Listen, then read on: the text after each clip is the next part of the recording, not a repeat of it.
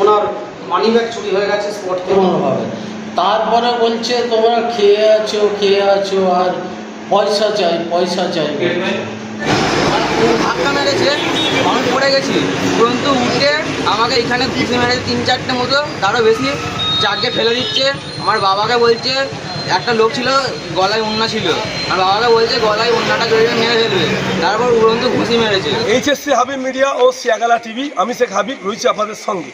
আমি এই মুহূর্তে উপস্থিত আছি হরিপাল থানার অন্তর্গত শ্রীবতীপুর ইলাহিপুর পঞ্চায়েত এলাকা সেবা হসপিটালের সামনে দাঁড়িয়ে আছে। কিছুক্ষণ আগে পাটরা পঞ্চায়েত এলাকা দুই ব্যক্তি যাচ্ছিল শিয়াখানা বাজারে বাইকে করে, আরও দুটো ব্যক্তি সাইকেলে করে যাচ্ছিল এই ইলাহিপুর পঞ্চায়েত এলাকা প্যাঁচার পাড়ে বাড়ি। ওনারা একই দিকে দুজন যাচ্ছিল।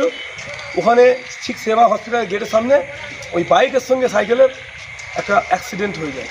সেই অ্যাক্সিডেন্ট হওয়ার পর মানে বাইক চালক বলছে যে আমার সঙ্গে যখন অ্যাক্সিডেন্ট হয় আমার কাছে ছিল পার্সে আনুমানিক 3-4 হাজার টাকা, আধার কার্ড, পরিচয়পত্র ও 3-4 হাজার টাকা আরও অনেক নথিপত্র। ওনার বক্তব্য ফোন ওনার পেয়ে গেছে, টাকা ছিল 3-4 হাজার, আধার কার্ড আর ভোটার কার্ড আর কিছু নথিপত্র ছিল।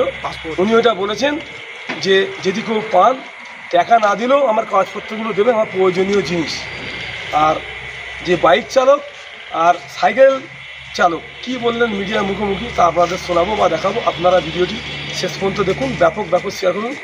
সেফ ড্রাইভ সেভ লাইফ, আস্তে গাড়ি চালান, জীবন বাঁচান, আপনি বাঁচলে আপনার পরিবার বাঁচবে, দেখে চালালে গাড়ি জনগণ বাঁচবে। কী বললেন মিডিয়ার মুখোমুখি আপনারা ভিডিওটি শেষ পর্যন্ত দেখুন, স্কিপ করবেন না। আর এই বুথ এলাকায় সেবার সামনে সাইকেলের সঙ্গে মোটরসাইকেলের ঠেকাঠেকি হয়ে একটা অ্যাক্সিডেন্ট হয়ে দুজনের একটু চোট হয়েছে। কী বুঝলেন বা কী হলো এখন বিষয়টা? অ্যাকচুয়াল ব্যাপার হচ্ছে আমি সন্ধ্যেবেলা বাজারে ছিলাম, হঠাৎই আমার কাছে খবর এলো যে একটা সাইকেল আরোহীর সঙ্গে একটা মোটরসাইকেল আরোহীর একটি অ্যাক্সিডেন্ট হয়েছে। সঙ্গে সঙ্গে আমি ছুটে এলাম, এসে দেখলাম প্রচুর পাবলিক জড়ো হয়েছে, বিভিন্ন রকমের কথা বলছে। যিনি মোটরসাইকেল নিয়েছিলেন উনি আমাদের একজন পার্টি কর্মী, ওনার দাদা একজন আমাদের পাটরা পঞ্চায়েতের বুথ মেম্বার, আমার সহকর্মী, এবং সাইকেল নিয়ে যারা পড়ে গেছে তারা হচ্ছে আমার শ্রীবতীপুর ইলিপুর গ্রাম পঞ্চায়েতের আমাদেরই ভোটার। তো সবই আমার চেনা জানা, কিন্তু পাবলিক ওখানে এমন করছে। আমার পাটরা পঞ্চায়েতের যে মেম্বারের ভাই যিনি অ্যাক্সিডেন্টটা করেছেন, ওনার মানি ব্যাগ চুরি হয়ে গেছে স্পট থেকে, মারামারির একটা উপক্রম চলছে। এমতো অবস্থায় আমি হরিপাল থানাকে ফোন করি, কারণ পাবলিককে ওখানে নিয়ন্ত্রণ করতে গেলে একমাত্র থানা ছাড়া উপায় নেই।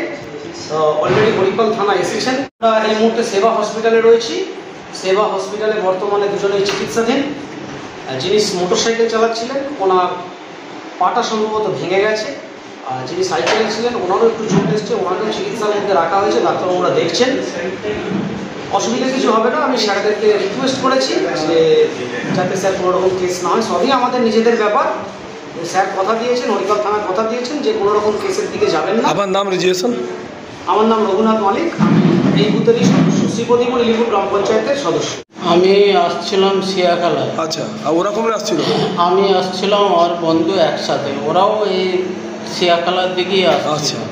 ওরা হঠাৎ সাইকেল নিয়ে আসছিল, 2-3 জন ছিল কি জানি না, 2 জন হয়তো, 2টো সাইকেলে কি 3টে সাইকেলে। ওরা আস্তে আস্তে হঠাৎ রাস্তায় বীজখানে চলে এলো। আমরা সাইড দিয়ে আসছিলাম নর্মালভাবে। তারপরে বলছে তোমরা খেয়ে আছো আর পয়সা চাই। আচ্ছা, আপনার নাম কি? কাজী ওসমান। কোথায় বাড়ি?